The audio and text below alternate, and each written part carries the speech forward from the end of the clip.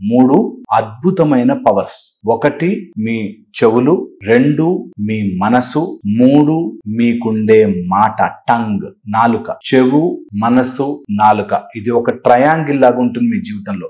ఎప్పుడైతే ఈ మూడింటిని కరెక్ట్ గా వాడుకోవడం వస్తుందో వాళ్ళు జీవితంలో ఏది కావాలంటే అది సాధించుకుంటారు. నేను చెప్పేది సత్యము, నిజం.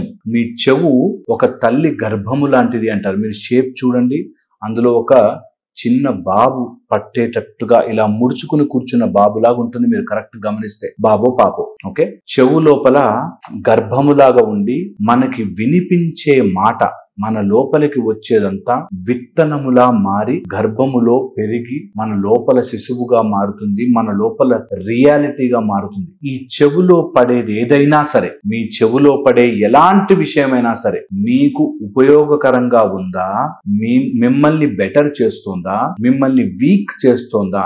దీంతో పాటు నెక్స్ట్ వెపన్ వచ్చేసి మీ గుండె. ఎప్పుడైతే మీ గుండె మ్యాగ్నెట్ లాగా మీకు అర్థమవుతుందో, ఒక అయస్కాంతము లాగా మీ మనసులో ఉండే ఫీలింగ్స్ మీ మనసు ద్వారా ఆర్ హార్ట్ లో వచ్చే వైబ్రేషన్స్ ద్వారా మీరు అన్నిటినీ ఫ్రీక్వెన్సీలో అట్రాక్ట్ చేయడం స్టార్ట్ చేస్తారు.